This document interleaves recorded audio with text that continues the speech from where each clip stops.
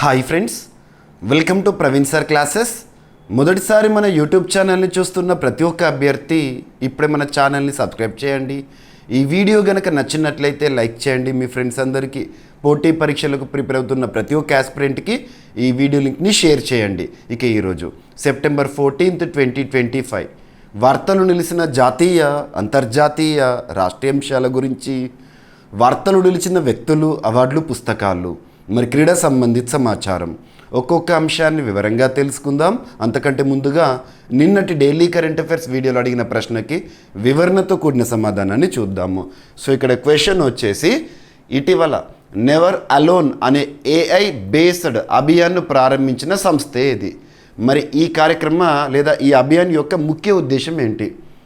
మనం last 2 days back మన daily current affairs వీడియోలో ఈ టాపిక్ని డిస్కస్ చేయడం జరిగింది.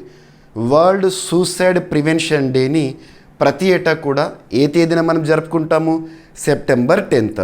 మరి సెప్టెంబర్ 10th రోజున న్యూఢిల్లీ కేంద్రంగా పనిచేస్తున్న all India institute of medical sciences, all India institute of medical sciences వారు ఒక అభియాన్ని ప్రారంభించారు. AI బేస్డ్ యాప్ అనుకోవచ్చు, నెవర్ అలోన్ అనే ఒక ఇనిషియేటివ్.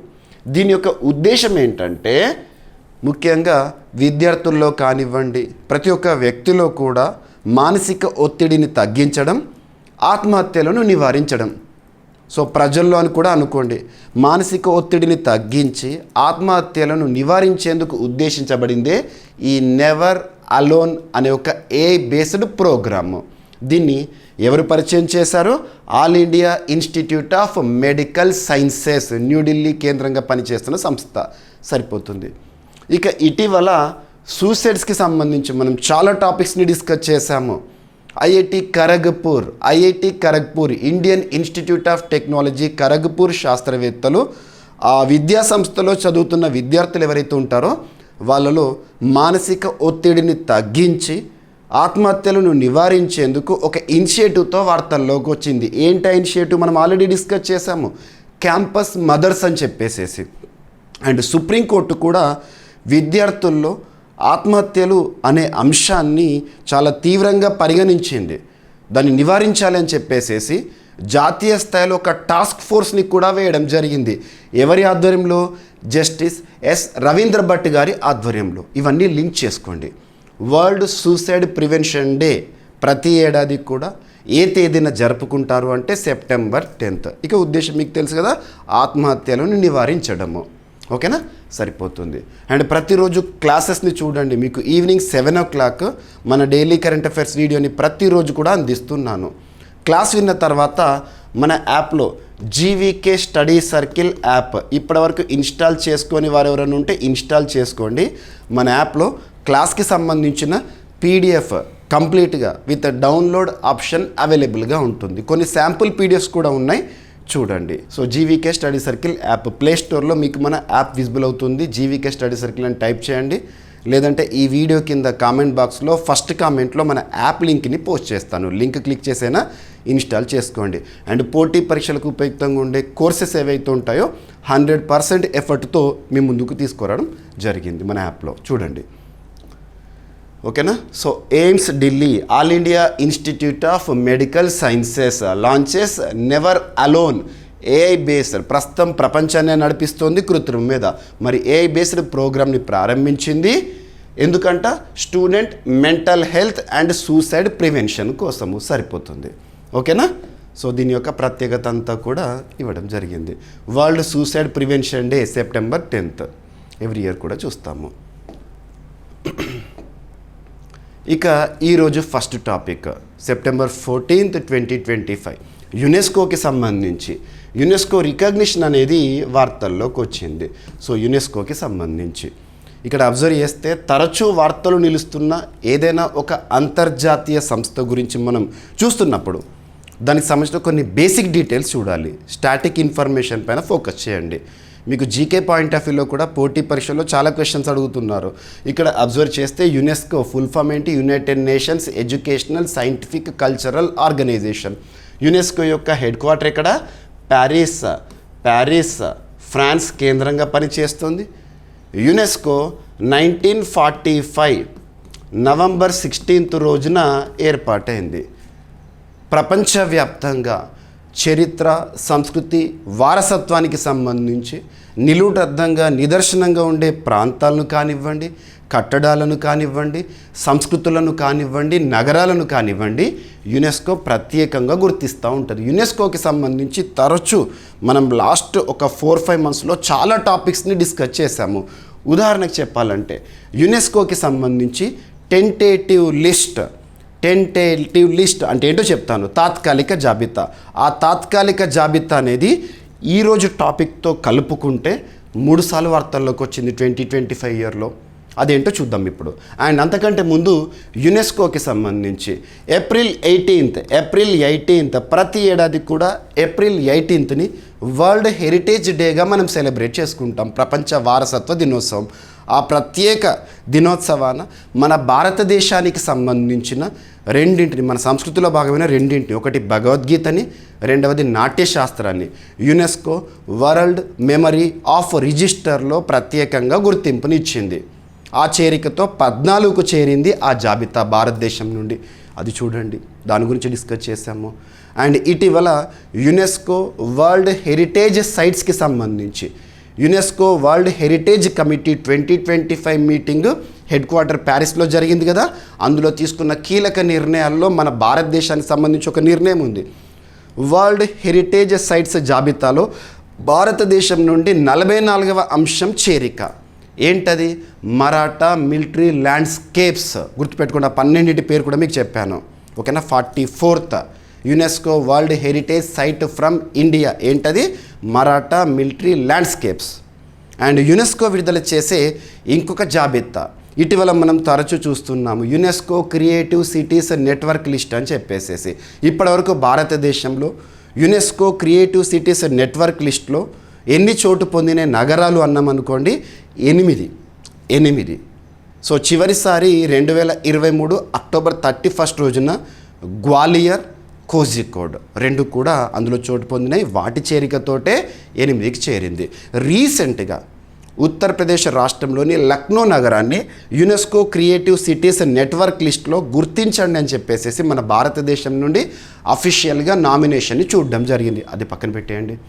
అండ్ రీసెంట్గా యునెస్కో గుర్తింపు కోసం సార్నాథ్ ఉంది కదా, సార్నాథ్ని మినిస్ట్రీ ఆఫ్ కల్చర్ వారు యునెస్కోకి రికమెండ్ చేశారు. ఈ ప్రస్తుత సైకిల్లో ఆల్రెడీ టెంటేటివ్ లిస్ట్లో ఉన్న సార్నాథ్ని ప్రపంచ వారసత్వ సంపదగా గుర్తించండి భారతదేశం నుండి అని చెప్పేసి ఈ సైకిల్లో చేర్చారు. దాని గురించి డిస్కస్ చేశాము.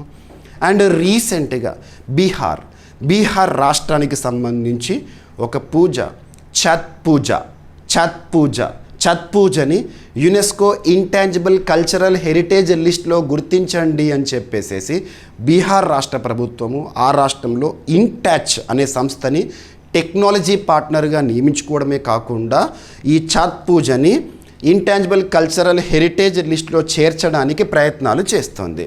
మరి ఇప్పటివరకు ఇంటాంజిబుల్ కల్చరల్ హెరిటేజ్ లిస్ట్ యునెస్కోకి సంబంధించి భారతదేశం నుండి ఎన్ని చోటు పొందినాయి అంటే 15 చోటు పొందినాయి. 15వ ఐటెం లాస్ట్ 2 years బ్యాక్ మనం చూసాము, గర్బా డ్యాన్స్.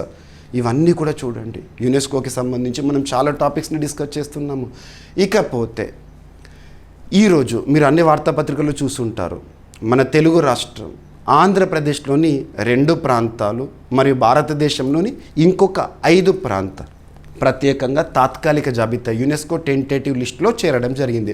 మరి ఈ చేరిక ఈరోజు 7 చేరికతో యునెస్కోకి సంబంధించి భారతదేశం నుండి టెంటేటివ్ జాబితాలో ఇప్పటి వరకు మొత్తం ఎంతకు చేరింది సంఖ్య అంటే 70కి చేరింది.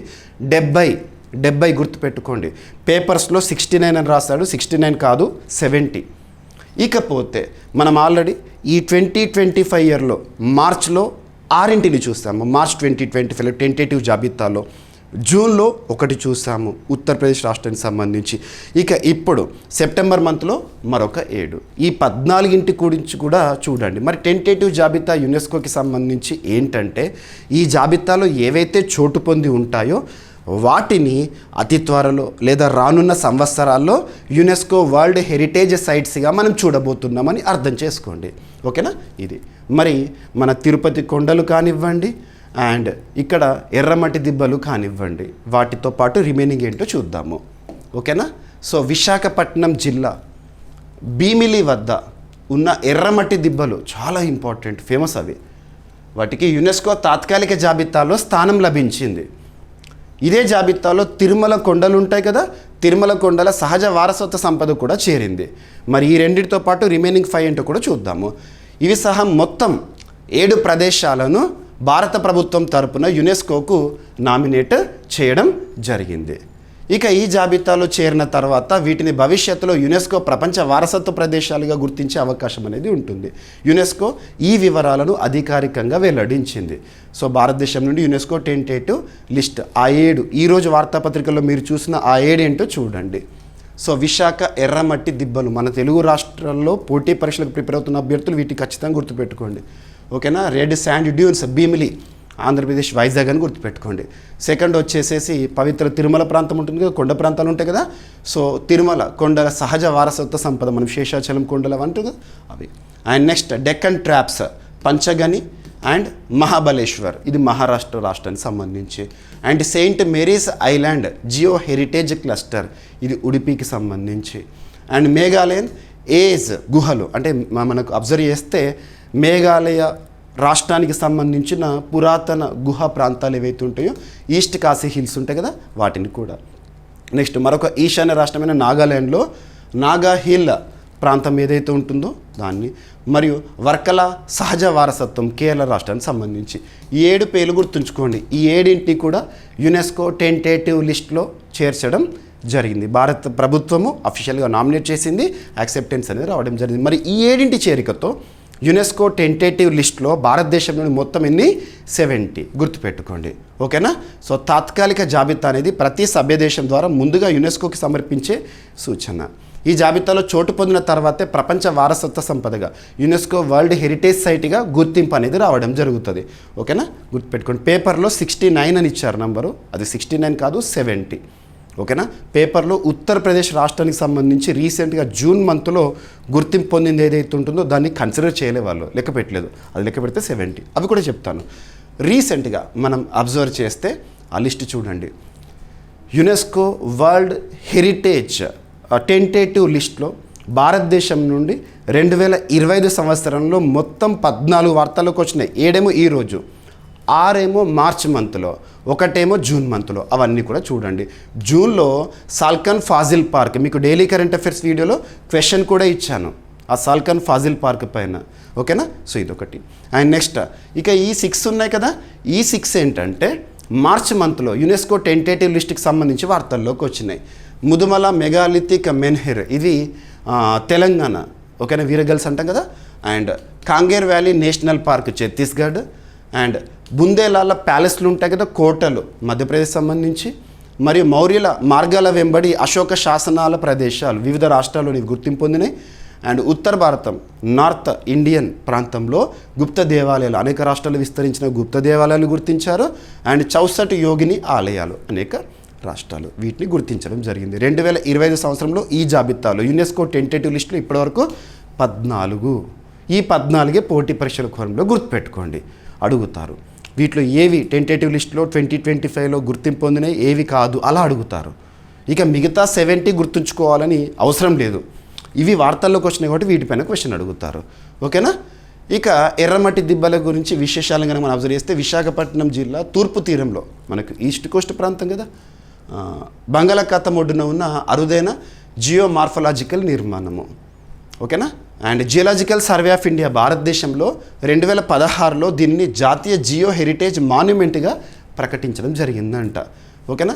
ఇక తిరుమల కొండలు, శేషాచల పర్వత శ్రేణి ఉంటుంది, అరేంజెస్ ఉంటాయి కదా అందులో. ఓకేనా, సరిపోతుంది, గుర్తుపెట్టుకోండి. ఇక మన దేశంలోనే అత్యున్నత చట్టమైన రాజ్యాంగంలో పార్ట్ 4 ఆఫ్ ఇండియన్ కాన్స్టిట్యూషన్ ఏం డీల్ చేస్తుంది? Direct principles of state policy కదా. అందులో ఆర్టికల్ 49 పురాతన ప్రాంతాలను, కట్టడాలను సంరక్షించడం అనేది రాజ్యం యొక్క బాధ్యత.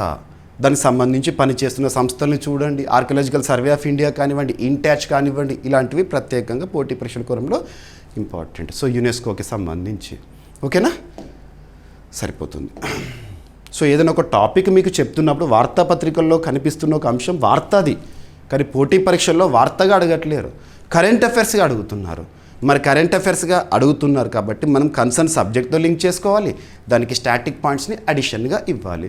మీకు ఈరోజు వార్తాపత్రికల్లో వచ్చిన ఆ 7 గురించి చెప్తే సరిపోతుండే, కానీ 2025 ఇయర్లో వార్తల్లోకి వచ్చిన అన్నిటిని కూడా మీకు చెప్పాను. ఎందుకంటే పోటీ పరీక్షల్లో ఈ మధ్యకాలంలో వార్తల్లోకి వచ్చిన వాటిని లింక్ చేస్తూ అడుగుతారు. కాబట్టి నా వరకు మ్యాక్సిమం స్ట్రాటజీతో వెళ్తున్నాను. మీ ప్రిపరేషన్లో మన క్లాసెస్ అనేవి చాలా యూజ్ఫుల్గా ఉంటాయి. కరెంట్ అఫైర్స్ కోణంలో 100% స్కోర్ చేయడంతో పాటు జనరల్ స్టడీస్లో మ్యాక్సిమం స్కోర్ చేయగలుగుతారు. దీన్ని మీరు చేయాల్సిందల్లా ప్రతిరోజు క్లాస్ని చూడండి. నేను ప్రతిరోజు ఇస్తున్నాను, ఒక్కరోజు కూడా తప్పకుండా. వాస్తవానికి ఈరోజు థ్రోట్ ఇన్ఫెక్షన్ అనేది చాలా ఉంది, అయినా కూడా మీకు క్లాస్ ఇస్తున్నాను. ఎందుకంటే ఏ పరిస్థితిలో కూడా నేను క్లాస్ ఆపను. మీరు కూడా ప్రతిరోజు క్లాస్ని చూడండి, ఓకేనా? ఇక కొన్ని గుర్తింపుల గురించి చూద్దాము. ఈరోజు మీరు వార్తాపత్రికల్లో చూస్తే బదోహి హ్యాండ్మేడ్ కార్పెట్ ఇండస్ట్రీ అనేది వార్తల్లోకి వచ్చింది. బదోహి ఇక్కడ ఎగ్జామినేషన్ పాయింట్ ఆఫ్ వ్యూ అడుగుతారు.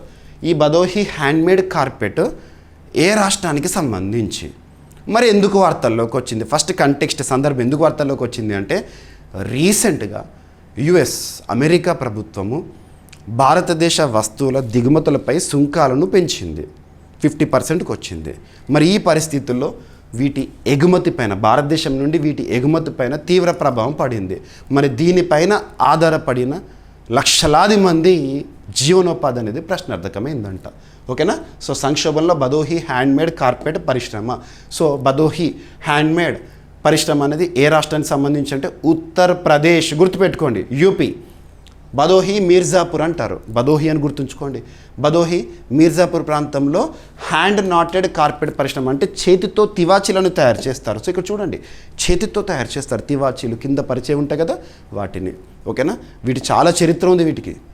అమెరికా ప్రభుత్వం భారత కార్పెట్ ఉత్పత్తులపై 50% దిగుమతి టారిఫ్ విధించడంతో ఆర్డర్లు రద్దు, ఉత్పత్తిలో కోతలు, ఉద్యోగాల కోత వంటి సమస్యలు తలెత్తుతున్నాయి. బదోహి పరిశ్రమ భారతదేశ కార్పెట్ ఎగుమతుల్లో 60% అంట. ఏ దేశమైనా కూడా మ్యాక్సిమం ఫోకస్ ఎక్స్పోర్ట్స్ పైనే చేస్తుంది, ఇంపోర్ట్స్ని తగ్గించుకోవడానికే చూస్తాము. మరి ఇప్పుడు ఎక్స్పోర్ట్ పైనే దెబ్బ పడింది. భారతదేశం నుండి కార్పెట్ ఎగుమతులు ఉంటాయి కదా, వాటిలో 60% ఈ బదోహి కార్పెట్స్ అన్నట్టు, హ్యాండ్ నాటెడ్ కార్పెట్స్. మరి ఇప్పుడు అమెరికా చేస్తున్న చర్యల వల్ల ప్రభావం అనేది పడుతుంది. సో అందులో ఇవి కూడా. మరి ఈ బదోహి కార్పెట్ సంబంధించి అతిపెద్ద హ్యాండ్ నాటెడ్ కార్పెట్ క్లస్టర్గా గుర్తింపు ఉత్తరప్రదేశ్లో. బదోహికి ప్రపంచవ్యాప్తంగా కార్పెట్ సిటీ అనే పేరుంది. ఈ క్రింది వాటిలో ఏ నగరాన్ని, ఇటీవల వార్తలు నిలిచిన ఏ నగరాన్ని కార్పెట్ సిటీగా పిలుస్తారు అంటే బదోహి. ముఘల్స్ కాలంలో, వాస్తవానికి ఐని అక్బరీలో, అక్బర్ కాలంలో ఈ కార్పెట్స్కి చాలా ఇంపార్టెన్స్ ఇచ్చేవారు. ఆ తర్వాత కాలంలో మనం చూస్తే బ్రిటిష్ వారు వీటిని ఎక్స్పోర్ట్ ఓరియంటెడ్గా వీటిని తీర్చిదిద్దారు. ఇక భారతదేశంలో వీటి ఎక్స్పోర్ట్ మరింత ఇవన్నీ కూడా చూడడం జరుగుతుంది, ఓకేనా?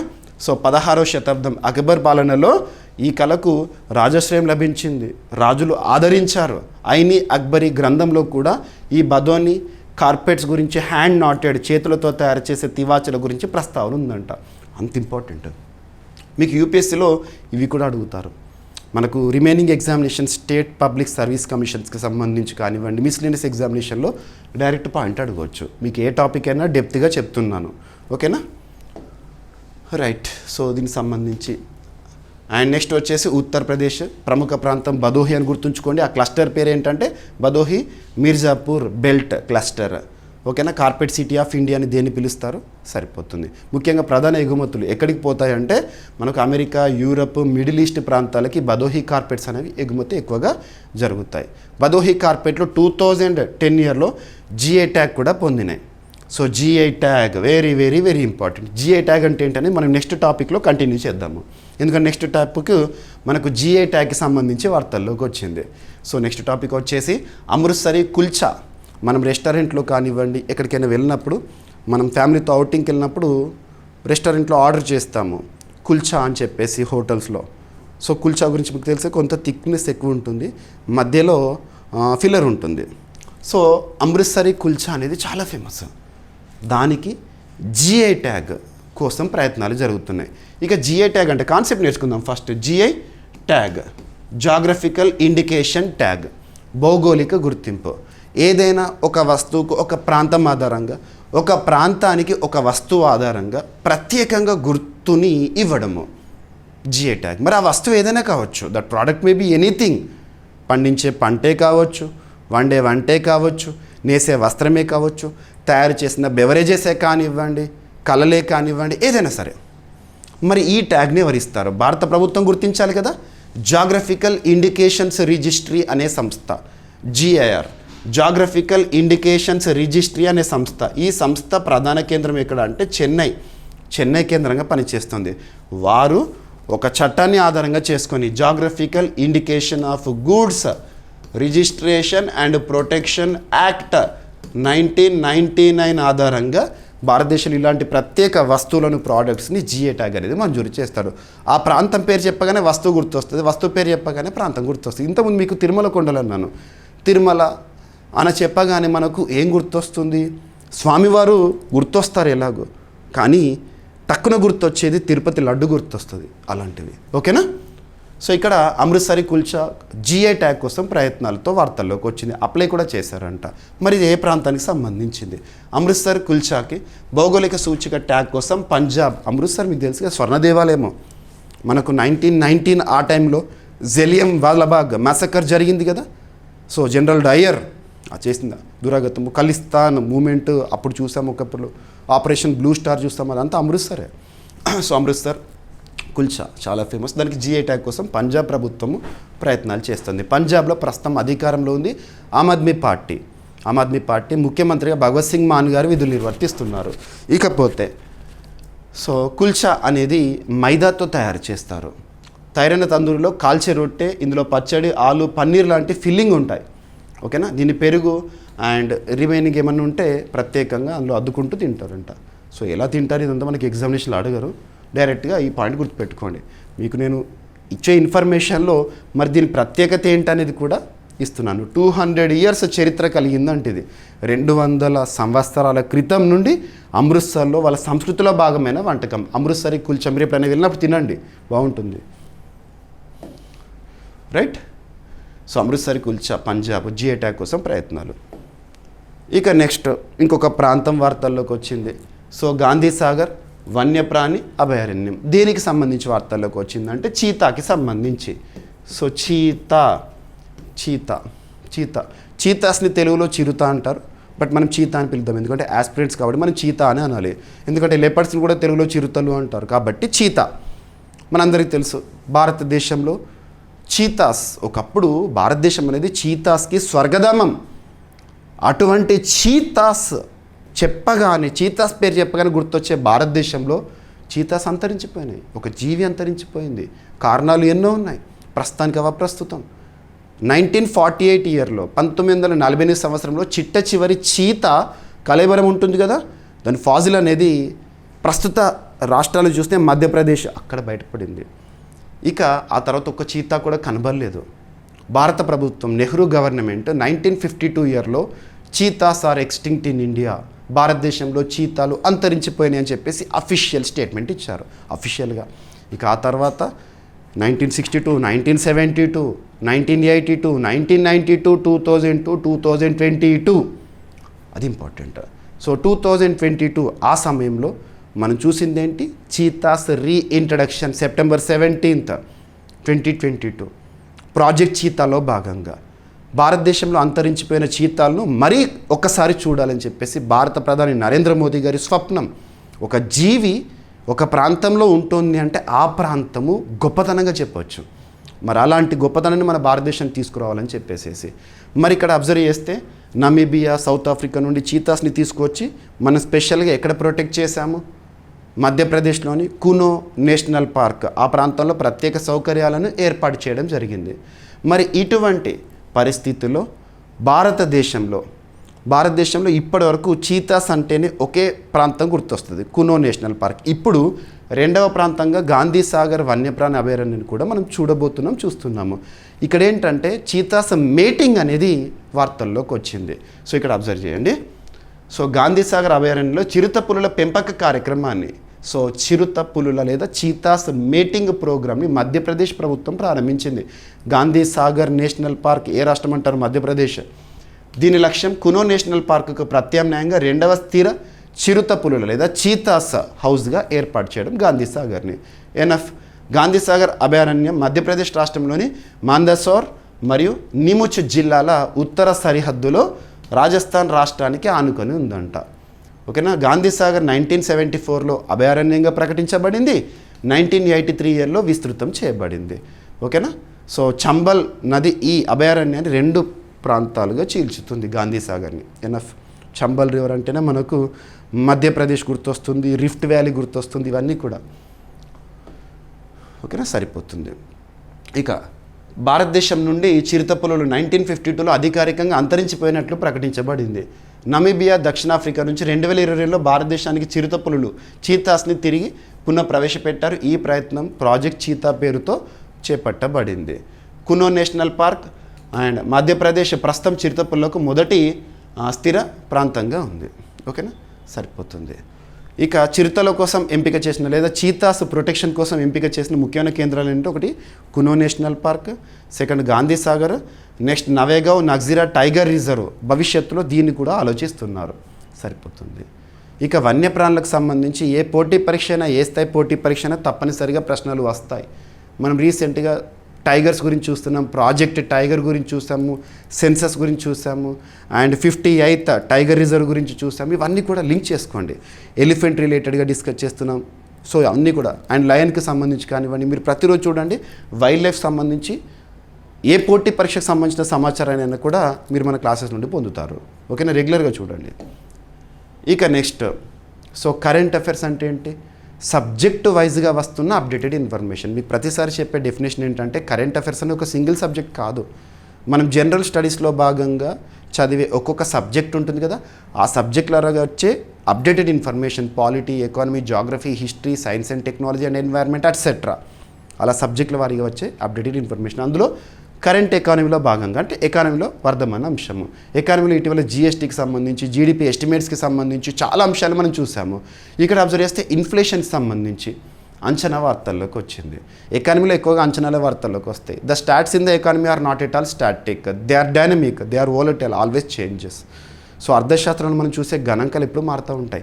ఇక్కడ ఇన్ఫ్లేషన్, ఫస్ట్ ఇన్ఫ్లేషన్ డెఫినేషన్ చూద్దాము. ఏదైనా ఒక టాపిక్ చూసినప్పుడు ఫస్ట్ కాన్సెప్ట్ నేర్చుకోవాలి. కాన్సెప్ట్కి ఈ వర్తమాన అంశాన్ని లింక్ చేసుకుంటే సరిపోతుంది. అటు స్టాటిక్ అయిపోతుంది అండ్ కాంటెంపరీ అయిపోతుంది. సో ఇన్ఫ్లేషన్, ద్రవ్యోల్బణం అంటే ఏంటి? Simple definition, too much money chasing two few goods.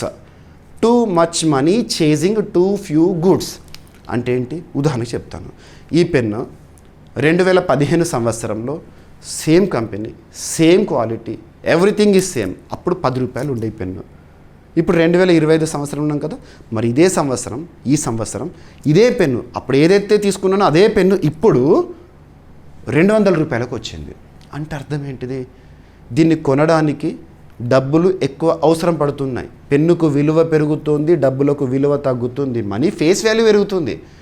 10 కాస్త 200 అవుతుంది, ఫేస్ వాల్యూ పెరుగుతుంది. కానీ దీనికి విలువ పెరుగుతుంది. అప్పుడు 10 రూపాయలకు వచ్చిన పెన్ ఇప్పుడు 200 రూపీస్కి వచ్చిందంటే అర్థం ఏంటిది? డబ్బులకు విలువ పడిపోతుంది. సో ఇలాంటివి ఇన్ఫ్లేషన్ని కట్టడి చేయడానికి ఆర్బీఐ మానిటరీ పాలసీ మీటింగ్లో తీసుకునే నిర్ణయాలను కానివ్వండి, ఫిజికల్ పాలసీలో భాగంగా ప్రభుత్వం తీసుకునే నిర్ణయాలు కానివ్వండి, మనకి ఇంపార్టెంట్ స్టాటిక్. ఇక్కడ క్రిసిల్ అనే సంస్థ ముంబై కేంద్రంగా పనిచేస్తున్న ఒక రేటింగ్ ఏజెన్సీ, అంచనాలను, ఎకానమీలో అంచనాలను విడుదల చేసే సంస్థ క్రిసిల్ రీసెంట్గా ప్రస్తుత ఆర్థిక సంవత్సరం ఏప్రిల్ 1 ప్రారంభమవుతుంది కదా, మార్చ్ 31తో ముగుస్తుంది. 2025 ఏప్రిల్ 1 నుండి 2026 మార్చ్ 31. ప్రస్తుత ఆర్థిక సంవత్సరంలో భారతదేశంలో ఇన్ఫ్లేషన్ అనేది ఏ విధంగా ఉండబోతోందట అంటే, సో అబ్జర్వ్ చేయండి, 3.2గా ఉండవచ్చని అంచనా. 3.2% ఇన్ఫ్లేషన్ తక్కువ ఉండాలి, గుర్తుపెట్టుకోండి నంబర్. గతంలో ఇదే క్రిసిల్ సంస్థ 3.5 ఉంటుందని చెప్పింది, ఇప్పుడు 3.2కి తగ్గించారు. ఓకేనా. రీసెర్చ్ మరియు రేటింగ్ సంస్థ క్రిసిల్ తన తాజా అంచనాల్లో 2025-26లో ద్రవ్యోల్బణము సిపిఐ ఆధారిత కన్జ్యూమర్ ప్రైస్ ఇండెక్స్ బేస్డ్ 3.2% స్థాయిలో ఉండవచ్చని అంచనా వేసింది. గతంలో ఇదే సంస్థ 3.5%గా అంచనా వేసింది. ఓకేనా.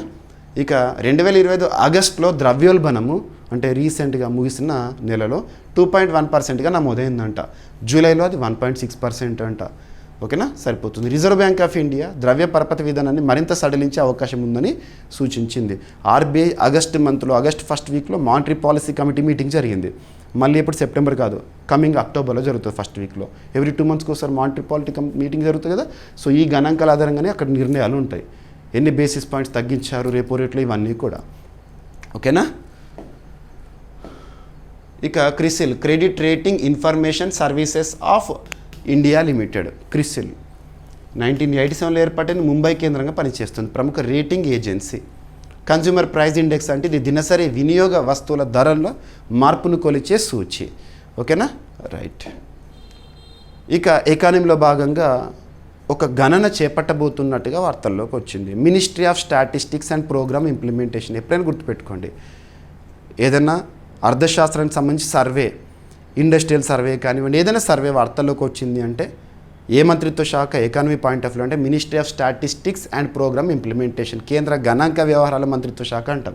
వారి ఆధ్వర్యంలో 2026-27 ఆర్థిక సంవత్సరానికి సంబంధించిన సర్వేలను చూడబోతున్నాం. ఆ 2 సర్వేలు ఏంటి, ఆ సర్వే చేయడం ద్వారా బెనిఫిట్ ఏంటి, ఎందుకోసము అది చూద్దాం. సో ఫస్ట్ వచ్చేసేసి all India debt and investment survey ఒకటి చేస్తారట, AIDIS, all India debt and investment survey. Second వచ్చేసి సిచ్యువేషన్ అసెస్మెంట్ సర్వే లేదా అగ్రికల్చరల్ హౌస్ హోల్డ్ సర్వే అంటాము. సో జూలై 2026 నుండి జూన్ 2027 మధ్యకాలంలో భారత జాతీయ గణాంక కార్యాలయం నేషనల్ స్టాటిస్టికల్ ఆఫీస్ వారు 2 ప్రధాన సర్వేలను చేయబోతుందంట, హౌస్ హోల్డ్ సర్వేలను చేయబోతోంది. అందులో ఒకటి ఇది. ఈ 2 సర్వేలు ఆర్థిక వ్యవసాయ రంగాల్లో భారత కుటుంబాల పరిస్థితిని, భారతదేశంలో ఫ్యామిలీస్ ఉంటాయి కదా, హౌస్ హోల్డ్స్ ఉంటాయి కదా, వాళ్ళ పరిస్థితి ఎలా ఉందో అర్థం చేసుకోవడంలో కీలక పాత్ర. ఒకటి అగ్రికల్చర్ ఎలా ఉంది గ్రామీణ భారతంలో, అండ్ ఇంట్లో ఇన్వెస్ట్మెంట్ ఎలా ఉంది, డెట్ ఎలా ఉంది ఒక్కొక్క ఫ్యామిలీలో, అవన్నీ తెలుసుకోవచ్చు అన్నట్టు. ఓకేనా. దీని ఆధారంగానే ప్రభుత్వం పాలసీల రూపకల్పన కానివ్వండి, సంక్షేమ పథకాల విషయంలో మార్పులు కానీ చేస్తారు. సో ఇటువంటి సర్వేల ఆధారంగా జరిగే బెనిఫిట్ ఏంటంటే ప్రభుత్వం యొక్క ఉద్దేశం ఏంటి, బెనిఫిట్స్ టు ద బెనిఫిషరీస్. మరి ఆ బెనిఫిట్స్ ఏవైతే ఉంటాయో వాటిలో మార్పులు ఇంకా పెంచాలా, తగ్గించాలి, ఇలాంటివి చేస్తారు. ఇక all India debt and investment survey మొదటిసారి ఎప్పుడు జరిగిందో చూడండి. మొదటగా 1951-52లో ఆల్ ఇండియా రూరల్ క్రెడిట్ సర్వేగా ప్రారంభమైంది. రూరల్ క్రెడిట్ సర్వే అప్పులకు సంబంధించి. ఇక 1961-62 ఇయర్లో దీన్ని విస్తరించి రుణం మరియు నివేశం, ఇన్వెస్ట్మెంట్ రెండింటిని కవర్ చేయడం ప్రారంభించారు. నేషనల్ స్టాటిస్టికల్ ఆఫీస్ వారు ఈ సర్వేను ప్రతి 10 ఏళ్ళకు ఒకసారి నిర్వహిస్తుందంట. 10 ఏళ్ళకు ఒకసారి, గుర్తుపెట్టుకోండి. సో ఎన్నేళ్ళకు ఒకసారి అని అడుగుతారు ఎగ్జామినేషన్లు. ఇది వార్తల్లోకి వచ్చింది కాబట్టి అడగవచ్చు. గతసారి 2019లో నిర్వహించబడింది. ప్రస్తుత పరిస్థితిలో ఇన్ఫ్లేషన్ కానివ్వండి, ఇవన్నీ పరిస్థితుల్లో అర్థశాస్త్రంలో మనకు మ్యాక్సిమం అప్డేట్స్ అనేవి చూస్తున్నాం. అప్డేట్లో భాగంగా ఈసారి తొందరగా నిర్వహించబోతున్నారు. ఓకేనా. సర్వే ద్వారా గ్రామీణ మరియు పట్టణ ప్రాంతాల్లో కుటుంబాల అప్పులు, ఆస్తుల స్వాధీనం, పెట్టుబడుల తత్వం వంటి సమాచారం సేకరించబడుతుంది. ఈ డేటా ఆధారంగా జాతీయ ఖాతాలు, ఆస్తి అసమానతలు, ఇన్ఈక్వాలిటీస్, ధనవంతుల మరియు పేదల మధ్య వ్యత్యాసాలు, క్రెడిట్ మార్కెట్ల పరిస్థితులు అర్థం చేసుకోవచ్చు. RBI and ministry of statistics and programme implementation, policy మేకర్లు, పరిశోధకులు ఈ సమాచారాన్ని ఉపయోగించి ఆర్థిక విధానాలను రూపొందిస్తారు. ఇంకొక సర్వే ఏంటంట, situation assessment survey of agricultural house holds, వ్యవసాయ రంగానికి సంబంధించి గణన. ఈ సర్వేను 2003 సంవత్సరంలో మొదటిసారి ప్రారంభించారంట. 2013లో దీన్ని అన్ని వ్యవసాయ కుటుంబాలపై విస్తరించారు. 2019లో మరింత శక్తివంతమైన రూపంలో తిరిగి చేపట్టబడింది. మళ్ళీ ఇప్పుడు చేపడతారంట 2026-2027 మధ్యలో. ఈ సర్వే ద్వారా సేకరించే అంశాలు ఏంటంటే కుటుంబ ఆదాయం, ఖర్చులు, అప్పులు, క్రెడిట్ యాక్సెస్, భూమి అండ్ జంతువులు, లైఫ్ స్టాక్ ఎలా ఉన్నాయి, పంటలు, వ్యవసాయ పద్ధతులు, సాంకేతికత వినియోగం, ప్రభుత్వ పథకాల లబ్ధి ఎలా జరుగుతుంది గ్రామీణ ప్రాంతాల్లో కానివ్వండి, అలా అవన్నీ కూడా. ఈ సమాచారం ఆధారంగా వ్యవసాయ మంత్రిత్వ శాఖ, నీతి ఆయోగ్ అండ్ విత్త సంస్థలు, ఫినాన్షియల్ ఇన్స్టిట్యూషన్స్ ఉంటాయి వాళ్ళు మరియు రీసెర్చర్స్ గ్రామీణాభివృద్ధికి అనుకూలంగా పథకాలను రూపొందిస్తారు. సర్వే అనేది ఇంపార్టెంట్. ఆ సర్వే ఆధారంగా ఉదాహరణ చూడండి, ఎకనామీలో మనము ఎకనామిక్ సర్వేని ప్రతి ఏడాది కూడా చూస్తాం. గడిచిన ఆర్థిక సంవత్సరానికి సంబంధించి గణాంకాలు, ఆ ఎకనామిక్ సర్వే ఆధారంగానే బడ్జెట్ రూపకల్పన ఉంటుంది అలా, right. So NSO, national statistical office, concern ministry, nodal మంత్రిత్వ శాఖ ఏంటి చూడండి. 3 సమ్మేళనం అంట, అంటే 3 గత విభాగాల సమ్మేళనమే ప్రస్తుతం NSO. ఓకేనా, సరిపోతుంది. ఇక నెక్స్ట్ రక్షణ రంగానికి సంబంధించి అభ్యర్థులు అబ్జర్వ్ చేయండి. మనం కరెంట్ అఫైర్స్లో భాగంగా రక్షణ రంగానికి సంబంధించి ఇటీవల తరచూ ఏదో ఒక అంశాన్ని వార్తల్లో చూస్తున్నాం.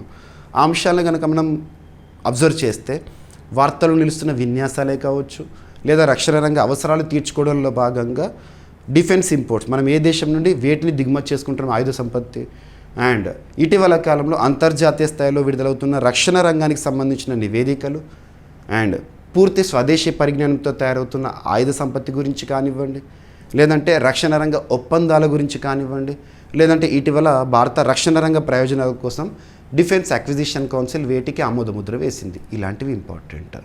ఇక్కడ అబ్జర్వ్ చేస్తే ఒక విన్యాసము, భారత సైన్యంలో లేదా రక్షణ బలగాల్లో డ్రోన్ల వినియోగం అనేది ఎలా ఉండాలి, డ్రోన్ సాంకేతికత ఏ విధంగా ఉండాలని ఉద్దేశంలో భాగంగా ఒక విన్యాసాన్ని నిర్వహించారు.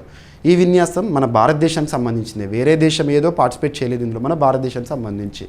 సో ఎక్సర్సైజ్ సియోమ్ ప్రహార్ ఇటీవల ఎవరు నిర్వహించారంటే ఇండియన్ ఆర్మీ వారు నిర్వహించారు. ప్రస్తుతం ప్రపంచాన్ని నడిపిస్తుంది artificial intelligence, drones, electric vehicles, renewable energy ఇలాంటివి ఉంటాయి కదా. అందులో డ్రోన్స్, అన్మాన్డ్ ఎయిర్ వెహికల్స్, మానవుడు మానవరహిత విమానాలపైన ఆధారపడుతున్నాడు.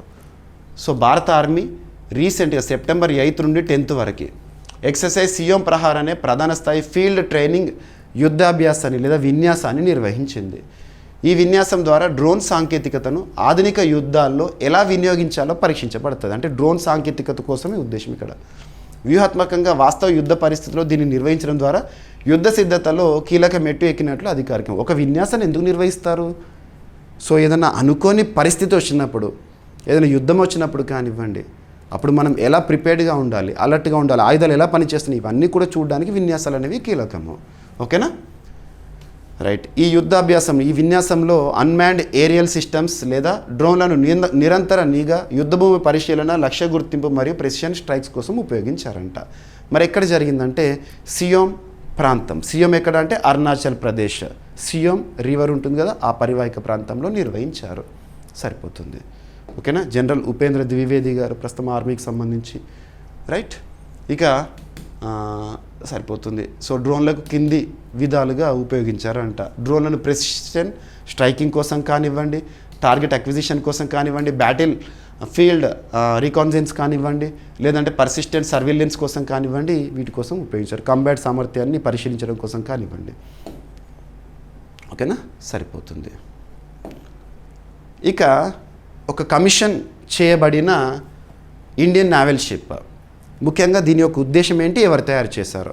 ఎప్పుడైనా ఇలాంటి టాపిక్ చూసినప్పుడు ఇటీవల కమిషన్ చేయబడిన అంటే సేవలు ప్రారంభమైన, ఇటీవల డీకమిషన్ చేయబడిన అంటే సేవలకు వీడుకోలు పలికిన. ఉదాహరణకి చెప్తాను, మనకు ఇండియన్ ఎయిర్ ఫోర్స్లో డీకమిషనింగ్తో వార్తల్లోకి వచ్చినాయి MiG-21 యుద్ధ విమానాలు. రీసెంట్గా సెప్టెంబర్లోనే మనం చూసాము. ఇక కమిషనింగ్తో చాలా చూస్తున్నాం మనం, ఎక్కువగా షిప్లను చూస్తున్నాం, యుద్ధ నౌకలను. అందులో ఒకటి so INS Androth. So Indian naval ship Androth. దీన్ని ఎవరు తయారు చేస్తారు? ఇటువంటి టాపిక్ చూసినప్పుడు ఫస్ట్ ఎవరు తయారు చేస్తారో చూడాలి. దీన్ని ఎవరు తయారు చేస్తారంటే garden reach ship builders and engineers అనే సంస్థ, కోల్కతా కేంద్రంగా పనిచేస్తున్న సంస్థ. మరి ఈ INS ఇండియన్ నావల్ షిప్, ఈ యుద్ధ నౌక యొక్క ప్రత్యేకత ఏంటంటే శత్రు దేశాలకు సంబంధించిన సబ్మెరైన్స్ ఉంటాయి కదా. కామన్గా షిప్పులు అంటే వాటర్ మీద ప్రయాణిస్తూ ఉంటాయి. సబ్మెరైన్ అంటే వాటర్ మీద ప్రయాణాన్ని స్టార్ట్ చేసి వాటర్ లోపల కూడా ప్రయాణించే సామర్థ్యం ఉండవు. మీరు గాజీ మూవీ చూస్తుంటారు, టర్పెడోస్ని రిలీజ్ చేయడం, ఇటువంటి మంచి సినిమా. సో సబ్మెరైన్స్, అలా శత్రు దేశాలకి సంబంధించిన సబ్మెరైన్స్ మన ప్రాదేశిక జలాల్లో కానివ్వండి, మన భారతదేశ సరిహద్దుకు రావడం కానివ్వండి, వాటర్ ఏరియాస్కి రావడం కానివ్వండి చేసినప్పుడు వాటిని పేల్చేస్తుంది. ఇది అంతటి సామర్థ్యం ఉన్నది ఇది ఆండ్రోత్. అసలు ఈ ఆండ్రోత్ అనే పేరు ఎక్కడో వచ్చింది చూద్దాము. సో ఇక్కడ అబ్జర్వ్ చేస్తే INS ఆండ్రోత్ అనే యుద్ధ నౌక రీసెంట్గా నిన్నటి రోజున నౌకాదళంలో చేరింది. ఇది తీర ప్రాంతానికి సమీపంగా శత్రు జలాంతర్గాములను, సబ్మెరైన్స్ని గుర్తించి నాశనం చేసే ఒక నౌకగా అభివృద్ధి చేయబడింది. ఈ నౌకను కోల్కతాలోని ప్రభుత్వ రంగ నౌకా నిర్మాణ సంస్థ garden reach ship builders and engineers అనే సంస్థ రూపొందించింది. సరిపోతుంది. ఇక లక్షద్వీపుల్లోని ఒక దీవి ఆండ్రోత్, ఆ పేరు మీదుగా INS ఆండ్రోత్ అనే పేరు దీనికి వచ్చింది. రైట్. సో తీర ప్రాంతానికి సమీప జలాల్లో లేదా సముద్ర సమీప జలాల్లో లోతులో కదిలే శత్రు జలాంతర్గా గుర్తించే తక్షణమే రియాక్ట్ అవుతుంది. అది ఉద్దేశము. ఓకేనా. ఈ శ్రేణిలో 16 నౌకలకు నేవీ ఆర్డర్ ఇచ్చింది. వాటిలో 8 నౌకలను గార్డెనరీ షిప్ బిల్డర్స్ అండ్ ఇంజనీర్స్ వారు తయారు చేస్తారు. యాంటీ సబ్మెరైన్ వార్ఫేర్ ఎగ్జామినేషన్లో అడుగుతారు. ఇటీవల కమిషన్ చేయబడిన సెప్టెంబర్ 13, 2025 రోజున కమిషన్ చేయబడిన ఐఎన్ఎస్ ఆండ్రోత్ ప్రత్యేకత సింపుల్గా చెప్పాలంటే యాంటీ సబ్మెరైన్ వార్ఫేర్, శత్రువుల జలాంతర్గాములను గుర్తించి వాటిని పై చర్య తీసుకునే ఒక యుద్ధ నౌక. రైట్, సరిపోతుంది. గార్డెనరీ షిప్ బిల్డర్స్ అండ్ ఇంజనీర్స్ ఎప్పుడు ఏర్పాటైంది, ఎక్కడ ఉంది, సరిపోతుంది. ఇక నెక్స్ట్ ఐఎన్ఎస్ ఆరావళి అనేది వార్తల్లోకి వచ్చింది. ఒక బేస్ ఇండియన్ నేవీకి సంబంధించి భారత నౌకాదళానికి నూతన భూ ఆధారిత కేంద్రం ఐఎన్ఎస్ ఆరావళి. ఆరావళి అనొచ్చు తెలుగులో, లేదా ఇంగ్లీష్లో ఆరావళి అనొచ్చు. ఆరావళి, ఓకేనా. సో ఐఎన్ఎస్ ఆరావళి అనే నూతన నౌకాదళ కేంద్రాన్ని రీసెంట్గా గురుగ్రామ్, హర్యానాలో భారత నౌకాదళం అధికారికంగా ప్రారంభించింది. నౌకాదళ అధిపతి జనరల్ దినేష్ కే త్రిపాఠి గారి నేతృత్వంలో ప్రారంభ వేడుక జరిగిందంట. ఇది భారతదేశ సముద్ర రక్షణ, సమాచారం సేకరణ, కమ్యూనికేషన్ నెట్వర్క్ పరంగా కీలక స్థానం అంట. సరిపోతుంది. ఎక్కడ? హర్యానాలో. సో పేరేంటి? సరిపోతుంది. ఓకేనా, రైట్. ఇక ఐఎన్ఎస్ ఆరావళి ఆధునిక technology, strategic digital connectivity, multi domain ఇంటెలిజెన్స్ని కలిగి ఉంటుంది. నావీకి సేవలు అందించడానికి ఉద్దేశించబడింది. ఓకేనా. మ్యారిటైమ్ డొమైన్ అవేర్నెస్లో కీలకం ఇది. ఇక భారత నౌకాదళం యొక్క ప్రధాన కేంద్రాలు ఏంటో కూడా చూడండి. మీకు ఇదంతా కూడా స్క్రిప్ట్ మీకు పీడిఎఫ్ రూపంలో అందుబాటులో ఉంటుంది, మన యాప్లో చూడండి. సో షాంఘై సహకార సంస్థ SCO రీసెంట్గా మనం చూసాము. ఆగస్టు 31, సెప్టెంబర్ 1 2 రోజుల పాటు SCO షాంఘై కోఆపరేషన్ ఆర్గనైజేషన్ శిఖరాగ్ర సదస్సు చైనాలోని టియాన్జిన్ వేదికగా జరిగింది. ఎన్నవ ఎడిషన్ SCO సదస్సు? 25th edition. మరి SCOకు సంబంధించి కొన్ని బేసిక్ పాయింట్స్ చూసి ఇప్పుడు ఎందుకు వార్తలకు వచ్చి చూద్దాము. పాకిస్తాన్ నిర్వహిస్తుందంట 2027 సంవత్సరంలో SCO శిఖరాగ్ర సమావేశాన్ని. సో అసలు SCO కూటమి షాంఘై కోఆపరేషన్ ఆర్గనైజేషన్ అనేది 2001 సంవత్సరం జూన్ మంత్లో ఏర్పాటైంది. ప్రారంభంలో అబ్జర్వ్ చేస్తే 6 సభ్య దేశాలు ఉండేవి. China, Russia, Kazakhstan, Kyrgyzstan, Tajikistan, Uzbekistan. ఆ తర్వాత 2017 సంవత్సరంలో భారత్, పాకిస్తాన్ SCO సభ్య దేశాలుగా రావడం జరిగింది. మరి ఈ దేశాల చేరికతో SCO సభ్య దేశాల సంఖ్య 8కి చేరింది. ఇకపోతే 2023 సంవత్సరంలో ఇరాన్ SCOలో పూర్తి సభ్యత్వంతో వార్తల్లోకి వచ్చింది, సంఖ్య 9కి చేరింది. అండ్ 2024 సంవత్సరంలో బెలారస్ చేరింది, సంఖ్య 10కి వచ్చింది. రీసెంట్గా ముగిసిన భారత ప్రధాని నరేంద్ర మోదీ గారు చైనా పర్యటన చేశారు కదా, ఇదే పర్పస్. మరి అటువంటి SCO శిఖరాగ్ర సదస్సుని 2027 ఇయర్లో పాకిస్తాన్ నిర్వహిస్తుందంట ఇస్లామాబాద్లో. అందుకు సంబంధించిన ఏర్పాట్లను కూడా ప్రారంభిస్తామని చెప్పేసి వాళ్ళ ప్రభుత్వం ప్రకటన చేసింది. ఓకేనా. సో 2027 SCO సమ్మిట్కి పాకిస్తాన్ 2027లో షాంఘై సహకార సంస్థ శిఖరాగ్ర సమావేశానికి ఆతిథ్యం ఇవ్వనుందని వాళ్ళ ప్రధానమంత్రి షెహబాజ్ షరీఫ్ ఎవరు పట్టించుకోరాయనని. సో సమ్మిట్ నిర్వహణకు ఇస్లామాబాద్లో ఈ సదస్సు జరుగుతుంది అంటే గుర్తుపెట్టుకోండి. 2026లో కిర్గిజ్ రాజధాని, మరి ఇప్పుడు 2025లో చైనాలో జరిగింది కదా టియాన్జిన్లో, 2026లో ఎక్కడ జరుగుతుంది అంటే బిష్కెక్ ఎక్కడంటే కిర్గిస్తాన్, గుర్తుపెట్టుకోండి. భారత్ 2023లో SCO సమ్మిట్కి ఆతిథ్యం ఇచ్చింది. ఇక 2024లో కజకిస్తాన్, అందులోని ఆస్తానా ఆతిథ్యం ఇచ్చింది. ఇవన్నీ చూడండి. ఇక SCOకి సంబంధించిన అధికారిక భాషలో మీకు ఐడియా ఉన్నాయి, రష్యన్, చైనీస్. SCO జూన్ 15, 2001 ఏర్పాటైంది. సో సభ్య దేశాలు ఏంటి, ఇవన్నీ కూడా మీకు ఇంతకుముందు ఓవరాల్గా ఎక్స్ప్లెయిన్ చేస్తాను. ముఖ్య కార్యాలయం Beijing. Shanghai cooperation organisation head quarter not in Shanghai, it is in Beijing. Right. అసలు SCO యొక్క ఉద్దేశం ఏంటి? పరస్పర విశ్వాసము మరియు స్నేహపూర్వక సంబంధాలు బలోపేతం చేయడము, ఈ దేశాల మధ్య సహకారాన్ని పెంపొందించడము. రైట్. ఇక కొన్ని టెక్నాలజీ సంబంధించి ఇన్నోవేషన్స్, పరిశోధనలు. ఏదైనా పరిశోధన వార్తల్లోకి వచ్చిందంటే ఏ శాస్త్రవేత్తలు ఆ పరిశోధన చేశారు, ఆ ఇన్నోవేషన్తో వార్తల్లోకి వచ్చారో ఆ పరిశోధన యొక్క ప్రత్యేకత ఏంటి? చెన్నై కేంద్రంగా పనిచేస్తున్న NIOT, national institute of ocean technology, వీరి గురించి మనం ఎప్పుడు చూస్తున్నాం ఎక్కడ అంటే మత్స్య 6000 క్యాప్సూల్ ఉంటుంది కదా సముద్రయానంలో భాగంగా, ఆ క్యాప్సూల్ తయారీలో వీళ్ళని చూస్తూ ఉంటాం ఎక్కువగా. సో సముద్ర అధ్యయనానికి సరికొత్త టెక్నాలజీని తయారు చేస్తూ చెన్నై కేంద్రంగా పనిచేస్తున్న national institute of ocean technology వార్తల్లోకి వచ్చింది. డైరెక్ట్ పాయింట్ సింగిల్ లైన్ గుర్తుపెట్టుకోండి. మనకు సైన్స్ అండ్ టెక్నాలజీ భాగంగా పరిశోధన ఏంటి, పరిశోధకులు ఎవరు, ఉద్దేశం ఏంటి, ఎన్ఎఫ్ 3 పాయింట్స్లోనే. అంతే తప్పితే దీన్ని ఎలా ఆపరేట్ చేస్తారు, ఏ విధంగా సిగ్నల్స్ వస్తాయి, ఇవన్నీ అవసరం లేవు మనకి. We're aspirants, something of that topic should be known, that's it. అంతే తప్పితే దాన్ని ఇన్ డీటెయిల్గా స్టెప్ బై స్టెప్ మనం ఇక్కడ దీనిపైన రీసెర్చ్ చేయట్లేదు. ఆ వాస్తవాన్ని గ్రహించండి. సో చెన్నైలోని national institute of ocean technology సముద్ర అధ్యయనాన్ని మరింత వేగవంతం చేయడం కోసం కొత్త టెక్నాలజీని అభివృద్ధి చేసింది.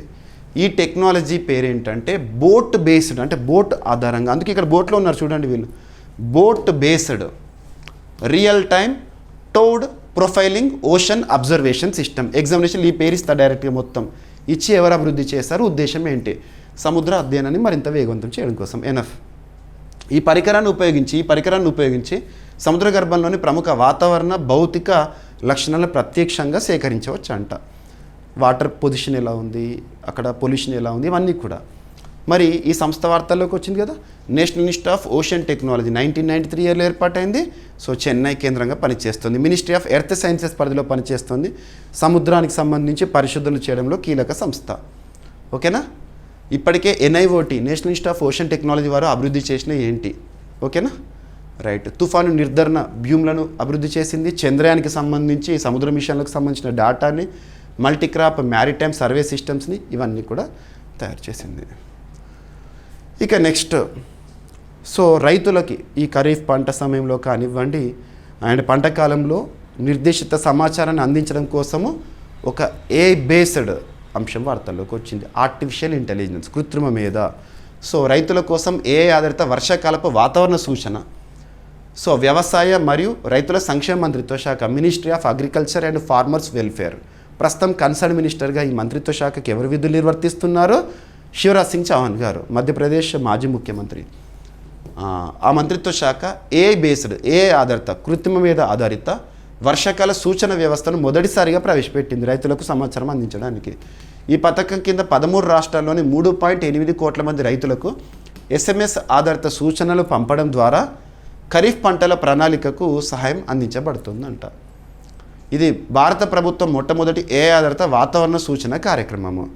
రైతులకు M-Kisan SMS ప్లాట్ఫామ్ ద్వారా స్థానిక భాషల్లో సూచనలు ఇవ్వడం అనేది ఉద్దేశము.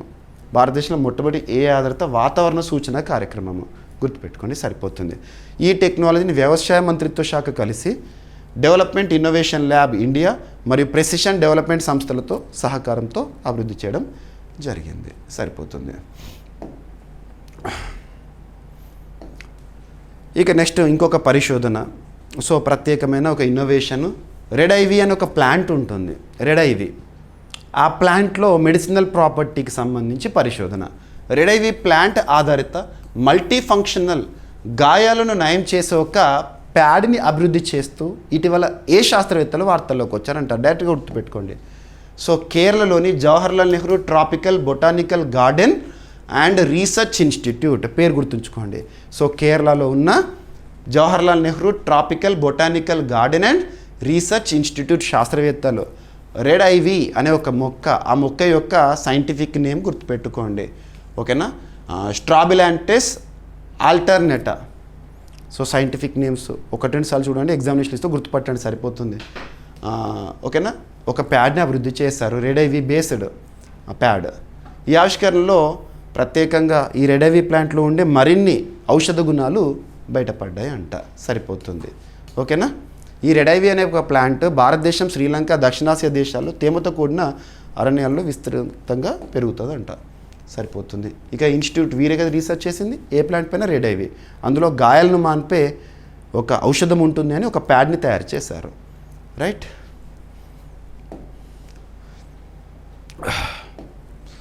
ఇక నెక్స్ట్, వార్తలు నిలిచిన ఒక ఫెస్ట్, ఒక ఉత్సవ వేడుక ఎక్కడ జరిగింది, ఎవరి కోసం, దివ్యాంగుల కోసం. సో దివ్యాంగులు అనాలి, ఎప్పుడైనా కూడా దివ్యాంగులు అనాలి. అదుటివారు అని, వికలాంగులు అనే పదాన్ని వాడకూడదు, దివ్యాంగ్జన్. మరి ఇక్కడ అబ్జర్వ్ చేస్తే భారతదేశంలో దివ్యాంగుల సంక్షేమం కోసం ఒక ఆర్టికల్ చెప్పండి అంటే ఆర్టికల్ 41ని మనం లింక్ చేసుకోవచ్చు. ఆర్టికల్ 41లో భాగంగా వృద్ధుల సంక్షేమం, దివ్యాంగుల సంక్షేమం అండ్ యువతకు సంబంధించి ప్రత్యేక ప్రోత్సాహకాలు ఇవన్నీ చూస్తాం. డిపిఎస్పి పార్ట్ 4 ఆఫ్ ఇండియన్ కాన్స్టిట్యూషన్లో. దివ్యాంగులకు సంబంధించి ఎక్కువగా పాలసీస్, స్కీమ్స్ని ఏ మంత్రిత్వ శాఖ నుండి చూస్తామంటే ministry of social justice and empowerment నుండి, కేంద్ర సామాజిక న్యాయ సాధికారత వ్యవహారాల మంత్రిత్వ శాఖ. ఇక దివ్యాంగులకు సంబంధించి ఒక చట్టం చెప్పండి సార్ అంటే 2 చెప్తాను. ఒకటి persons with disability equal opportunities protection of rights full participation act 1995, దివ్యాంగులు సమాన అవకాశాలు హక్కుల పరిరక్షణ సంపూర్ణ భాగస్వామ్య చట్టం 1995. కొత్త చట్టం ఏంటంటే 2016 ఇయర్లో వచ్చింది దివ్యాంగుల హక్కుల రక్షణ చట్టము. మరి ఇక్కడ దివ్యాంగులకు సంబంధించి పర్పుల్ ఫెస్ట్, దివ్యాంగుల సృజనాత్మకత, వాళ్ళు ఉండే టాలెంట్ అండ్ వాళ్ళకి గౌరవాన్ని కల్పించడం కోసము, సాధికారత కోసం ఉద్దేశించబడిన ఒక వేడుక. సో పర్పుల్ ఫెస్ట్ 2025ను Indian sign language research and training centre మరియు MIT యూనివర్సిటీ నోయిడా వారు సంయుక్తంగా నిర్వహించారు, గుర్తుపెట్టుకోండి. ఓకేనా? ఇది జాతీయ స్థాయి ఉత్సవంగా నిర్వహించబడి సామాజిక చైతన్యం, అందుబాటు హక్కులు మరియు వైవిధ్యాన్ని ప్రోత్సహించడమే లక్ష్యంగా పెట్టుకుంది. ఇక్కడ MIT యూనివర్సిటీ నోయిడాలో నిర్వహించారు. ఎవరు నిర్వహించారు? దివ్యాంగులకు సంబంధించి సాధికారత వల్ల గౌరవాన్ని పెంచడం కోసం ఉద్దేశించబడిన ఒక అంశము. గతంలో పర్పుల్ ఫెస్ట్ సంబంధిత అంశంతో మన గోవా వార్తల్లోకి వచ్చింది, ఇవన్నీ లింక్ చేసుకోండి. ఓకేనా? సో ఈ ఫెస్ట్లో ఆర్ట్ క్రాఫ్ట్ ప్రదర్శనలో దివ్యాంగుల చేతులతో తయారు చేయబడిన ప్రత్యేక హస్తకళలు ఉంటాయి కదా, వస్తువులను కూడా ప్రదర్శించారంట. ఓకేనా? రైట్. ఇక so Indian sign language research and training దివ్యాంగులకు సంబంధించిన కీలక సంస్థ. ఇది 2015 సంవత్సరంలో ఏర్పాటైంది. మినిస్ట్రీ ఆఫ్ సోషల్ జస్టిస్ పరిధిలో పనిచేస్తున్న లేదా department of empowerment of persons with disability పరిధిలో పనిచేస్తున్న ఒక సంస్థ. కార్యాలయం న్యూఢిల్లీ. ఓకేనా? దివ్యాంగుల చట్టము ఇందాక చెప్పాను కదా, దివ్యాంగులకు రిజర్వేషన్స్ కానివ్వండి అవన్నీ కూడా ఈ చట్టం ఆధారంగానే. మరి అంతర్జాతీయ దివ్యాంగుల దినోత్సవం ప్రతి ఏటా కూడా December 3.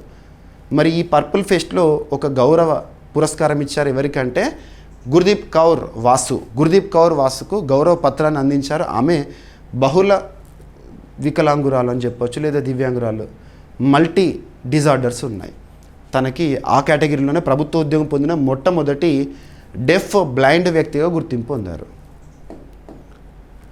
ఇక నెక్స్ట్ భారత ప్రధాని నరేంద్ర మోదీ గారి ఈశాన్య రాష్ట్రాల పర్యటన గురించి చూస్తున్నాం కదా. అందులో మిజోరాం రాష్ట్రంలో ఒక రైల్ లింక్ని ప్రారంభించారు. ఆ రైల్ లింక్ పేరు గుర్తుంచుకోండి, ఏ రాష్ట్రంలో, దేన్ని కనెక్ట్ చేయడానికి. బైరాబీ సైరాంగ్ రైల్వే లైన్ ఇటీవల భారత ప్రధాని నరేంద్ర మోదీ గారి చేతుల మీదుగా September 13, 2025 రోజున ప్రారంభించబడింది. అది ఎక్కడ అంటే మిజోరాంలో.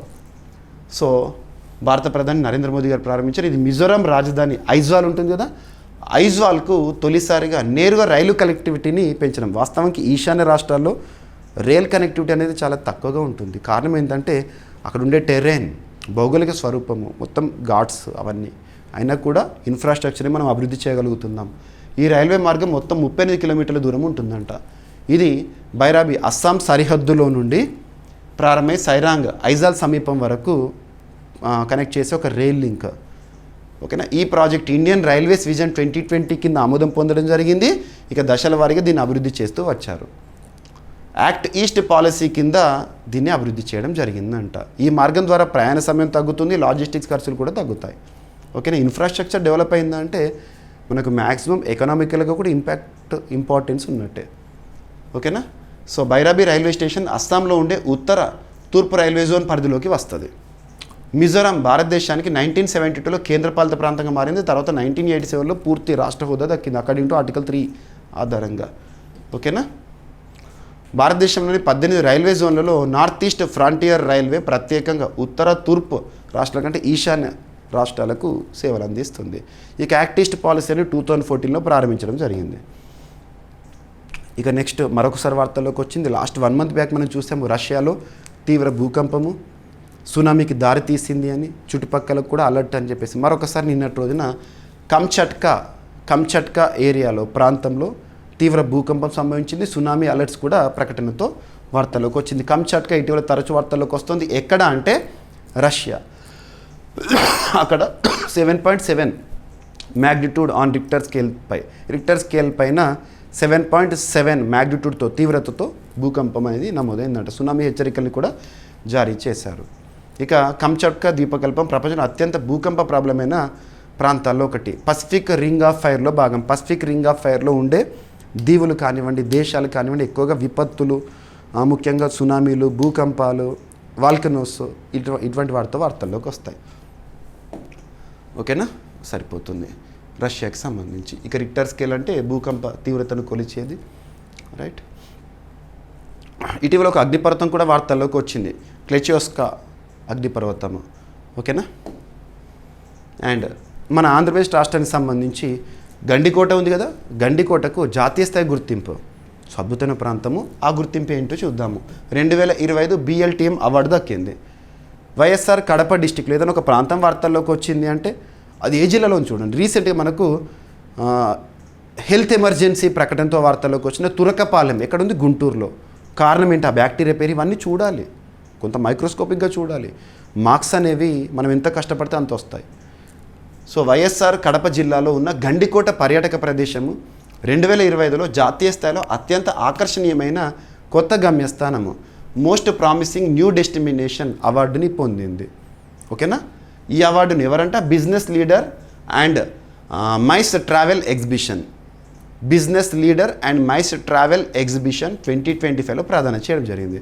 రీసెంట్గా సెప్టెంబర్ 11 నుండి 13 నిన్నటి వరకు జరిగిన ఒక ప్రదర్శన ఇంటర్నేషనల్ కన్వెన్షన్ సెంటర్ ఢిల్లీలో జరిగింది. అందులో గండికోటకు అవార్డు వచ్చింది. ఈ కార్యక్రమాన్ని ఎవరు నిర్వహించారట, international centre for responsible tourism మరియు భారత పర్యాటక మంత్రిత్వ శాఖ వారు నిర్వహించారు. ఓకేనా, సరిపోతుంది. సో ఏ పురస్కారం పొందింది, ఏ ప్రాంతం, ఎక్కడ ఉంది అది. గండికోట. గండికోటను దక్షిణ భారతదేశం యొక్క గ్రాండ్ కనయాన్గా పిలుస్తారు. ఇది పెన్నా నది ఒడ్డున గండికోట గ్రామంలో ఉంది, జమ్మలమడుగు సమీపంలో. ఓకేనా, సరిపోతుంది. Business leisure MICE travel mart, భారతదేశంలో నిర్వహించబడే ప్రముఖ B2B ట్రావెల్ ట్రేడ్ షో అది. ఇక నెక్స్ట్ వార్తల్లో వ్యక్తులను కనుక మనం పరిశీలించామనుకోండి, నేపాల్ తాత్కాలిక ప్రధానిగా ప్రమాణ స్వీకారం చేస్తూ వార్తల్లోకి వచ్చిన ఒక మహిళ, నేపాల్ చరిత్రలోనే మొట్టమొదటి మహిళ ప్రధానమంత్రిగా సుశీలా కర్కే. తను నేపాల్లో వాళ్ళ సుప్రీంకోర్టు సంబంధించిన మాజీ న్యాయమూర్తి. ఓకేనా. ఇటీవల నేపాల్లో జరిగిన పరిస్థితులు మనకు తెలుసు, ఆందోళనలు, యువత రోడ్డు బాటను ఎక్కారు, ప్రభుత్వం అవినీతిని బయట పెట్టారు. అందుకు కారణంగా ప్రభుత్వము వాళ్ళకి సంబంధించిన సోషల్ మీడియా పైన నిషేధము, నెపోటిజంని ప్రశ్నించారు. ఇవన్నీ జరిగినాయి. అంతిమంగా ప్రధానమంత్రి కేపీ శర్మ ఓలీ రాజీనామా చేశారు. మరి తాత్కాలిక ప్రభుత్వ అధినేతగా సుశీలా కర్కే ప్రధానమంత్రిగా. ఓకేనా, సుశీలా కర్కే. ఆమె ఎంపికను జెన్జాద్ ఉద్యమకారులు స్వీకరించారు. ఇక ప్రత్యామ్నాయ ప్రభుత్వ ఏర్పాట్లు ఇది కీలక అంశము. ఇక ఏ దేశంలో అయినా ప్రధానమంత్రికి ప్రమాణ స్వీకారం ఇచ్చేది ఆ దేశ అధ్యక్షులే కదా. ప్రస్తుతం నేపాల్ అధ్యక్షుడిగా రామచంద్ర పౌడేల్ గారు విధులు నిర్వర్తిస్తున్నారు. రైట్. సో సుప్రీంకోర్టు చీఫ్ జస్టిస్గా సేవలు అందించిన వ్యక్తి సుశీలా కర్కే నేపాల్ చరిత్రలో మొట్టమొదటి మహిళా ప్రధానమంత్రిగా తాత్కాలిక ప్రభుత్వాన్ని నడపబోతున్నారు. ఇక నెక్స్ట్ మన ఈశాన్య రాష్ట్రమైన మేఘాలయ రాష్ట్ర చరిత్రలో 4 సార్లు సీఎంగా సేవలు అందించిన ఒక వ్యక్తి ఇటీవల మరణించారు. మేఘాలయ మాజీ ముఖ్యమంత్రి డిడి లపాంగ్ గారు కన్నుమూశారు. సో డిడి లపాంగ్ మేఘాలయ మాజీ ముఖ్యమంత్రి అనారోగ్య వృద్ధాప్య సమస్యల కారణంగా మరణించారు. ఓకేనా. లపాంగ్ మొత్తం 4 సార్లు మేఘాలయ ముఖ్యమంత్రిగా బాధ్యతలు స్వీకరించారు. ఓకేనా, సరిపోతుంది. ప్రస్తుతం మేఘాలయకి ముఖ్యమంత్రిగా ఎవరున్నారు, కాన్రాడ్ సంగ్మా గారు. మేఘాలయ రాజధాని షిల్లాంగ్, అక్కడే north eastern zonal council headquarter ఉంటుంది. The most attractive tourist destination Meghalaya ప్రముఖంగా ఉంటుంది. అక్కడ మనం చూసే న్యాచురల్ లేదా సహజ వంతెన వేర్లు కానివ్వండి, అటువంటివన్నీ important. Umngot river, cleanest river in the world. ఇక ఈరోజు ప్రశ్న, ప్రతి ఒక్కరిని నేను కోరుకునేది ఏంటంటే మీ సపోర్ట్, ఎంకరేజ్మెంట్. ప్రతిరోజు వీడియోని చూసి లైక్ చేయండి. నేను అడుగుతున్న ప్రశ్నకి ఖచ్చితంగా సమాధానం ఇవ్వండి. సో ప్రశ్న వచ్చేసి, అవినీతిని కట్టడి చేసేందుకు ప్రపంచంలోనే మొట్టమొదటిసారిగా కృత్రిమ మీద ఆధారంగా తయారైన డిజిటల్ మంత్రిని నియమించిన దేశం ఏది? ఆ మంత్రి పేరేంటి? పేరు కూడా చెప్పాను మీకు, నిన్నటి క్లాస్లోనే చెప్పాను. వెరీ ఇంపార్టెంట్, సూపర్లేటివ్ టాపిక్ ఇది. ఓకేనా. అండ్ నేను ప్రతిరోజు అడుగుతున్న ప్రశ్న, ఎంతటి ఇంపార్టెన్స్ ఉన్న టాపిక్ నుండి అంటే రానున్న ఏ పోటీ పరీక్షను ఏ స్థాయి పోటీ పరీక్షన పలానా అంశాల నుండి తప్పనిసరిగా ప్రశ్నలు వస్తాయని వేటినైతే నేను భావిస్తున్నానో వాటిని రోజు ఒకటి చొప్పున ఇస్తున్నాను. వీటన్నిటిని కూడా మీరు మళ్ళీ రివిజన్ చేయండి. ప్రతిరోజు ప్రశ్నకి సమాధానం ఇవ్వండి. తప్పు అనిపించినా పర్లేదు, హాఫ్ ఆన్సర్ అని తెలిసినా పర్లేదు, కామెంట్ బాక్స్లో సమాధానం ఇవ్వండి. నెక్స్ట్ డే ఎలాగో క్లారిటీతో ఎక్స్ప్లెనేషన్ ఇస్తాను కాబట్టి మీకు కూడా క్లారిటీ వస్తుంది. కమింగ్ కాంపిటేటివ్ ఎగ్జామినేషన్లో ఈ టాపిక్ నుండి కానివ్వండి, లేదా ఇదే యాజ్ ఇట్ ఈజ్ క్వశ్చన్ కనిపించింది అనుకోండి, మీరు 100% క్లారిటీతో కాన్ఫిడెన్స్తో సమాధానాన్ని గుర్తించగలుగుతారు. That is what I want. అదే మన స్ట్రాటజీ. ఓకేనా? So GVK study circle app, GVK study circle యాప్ని ఇన్స్టాల్ చేసుకోండి ఈరోజే. ఓకేనా? ఇక ఈరోజు టాపిక్స్ని మనం క్విక్ రివిజన్ చేస్తే, యునెస్కో తాత్కాలిక జాబితా టెంటేటివ్ లిస్ట్ అనేది వార్తల్లోకి వచ్చింది. అండ్ సంక్షోభంలో భదోహి హ్యాండ్మేడ్ కార్పెట్ పరిశ్రమ, అమృత్సరి కుల్చా జిఏ ట్యాగ్ కోసం చేస్తున్న ప్రయత్నాలు, గాంధీసాగర్ వైల్డ్ లైఫ్ శాంక్చురీ ఇటీవల చీతాస్ మీటింగ్ సంబంధిత అంశంతో వార్తల్లోకి వచ్చింది. ద్రవ్యోల్బణంపై క్రిసిల్ వేసిన అంచనా 3.2% అంట ప్రస్తుత ఆర్థిక సంవత్సరంలో. Ministry of statistics and programme implementation వారు 2026-27 సంవత్సరంలో చేపట్టనున్న ఒక సర్వే, 2 సర్వేలు, all India debt and investment survey ఒకటి, situation assessment survey of agricultural households ఒకటి. అండ్ వార్తల నుంచి ఒక విన్యాసం, ఎక్సర్సైజ్ సియోమ్ ప్రహార్ అరుణాచల్ ప్రదేశ్లో ఇండియన్ ఆర్మీ వారు డ్రోన్ సాంకేతికత వినియోగంపై. అండ్ కమిషన్ చేయబడిన ఐఎన్ఎస్ ఆండ్రోత్, లక్షద్వీప్లోని ఒక పేరు Androth, garden reach ship builders వారు తయారు చేశారు. ఐఎన్ఎస్ ఆరావలి ఇండియన్ నేవీకి సంబంధించి నూతన భూ ఆధారిత కేంద్రము హర్యానాలో. అండ్ పాకిస్తాన్ 2027 సంవత్సరంలో ఎస్సీఓ శిఖరాగ్ర సదస్సుని నిర్వహిస్తుందట. ఇక సముద్ర అధ్యయనానికి సరికొత్త టెక్నాలజీని అభివృద్ధి చేస్తూ వార్తల్లోకి వచ్చిన national institute of ocean technology. ఆ టెక్నాలజీ పేరు ఏంటంటే boat based real time towed profiling ocean observation system. ఇక రైతుల కోసం మొట్టమొదటిసారి ఏఐ ఆధారిత వర్షాకాలపు వాతావరణ సూచన అనే అంశం వార్తల్లోకి వచ్చింది. అండ్ రెడ్ ఐవీ ప్లాంట్ ఆధారిత ప్యాడ్ని తయారు చేస్తూ శాస్త్రవేత్తల వార్తల్లోకి వచ్చారు, కేరళలోని శాస్త్రవేత్తలు. అండ్ పర్పుల్ ఫెస్ట్ ఇటీవల వార్తల్లోకి వచ్చింది, దివ్యాంగుల సాధికారత కోసం ఉద్దేశించబడింది. And Bairabi Sairang railway line మిజోరంలో ప్రారంభమైంది భారత ప్రధాని గారి చేతుల మీదుగా సెప్టెంబర్ 13 రోజున. అండ్ కంచట్కా మరొకసారి వార్తల్లోకి వచ్చింది భూకంప సంబంధిత అంశంతో. అండ్ గండికోటకు జాతీయ గుర్తింపు ఒక పురస్కారం రావడం జరిగింది, BLTM అవార్డు. అండ్ నేపాల్ తాత్కాలిక ప్రధానమంత్రిగా ప్రమాణ స్వీకారం చేసిన సుశీలా కార్కి గారు నేపాల్ చరిత్రలో మొట్టమొదటి మహిళా ప్రధానమంత్రి. అండ్ మేఘాలయ మాజీ ముఖ్యమంత్రి డిడి లపాంగ్ గారు కన్నుమూస్తూ వార్తల్లోకి వచ్చారు. అవినీతిని కట్టడి చేసేందుకు ప్రపంచంలోనే మొట్టమొదటిసారిగా కృత్రిమ మీద ఆధారంగా తయారైన డిజిటల్ మంత్రిని నియమించిన దేశం ఏది, ఆ మంత్రి పేరేంటి? సో ప్రతి ఒక్కరు కూడా సమాధానం ఇచ్చే ప్రయత్నం చేయండి.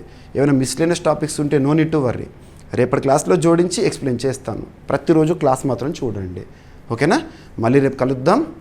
Thank you.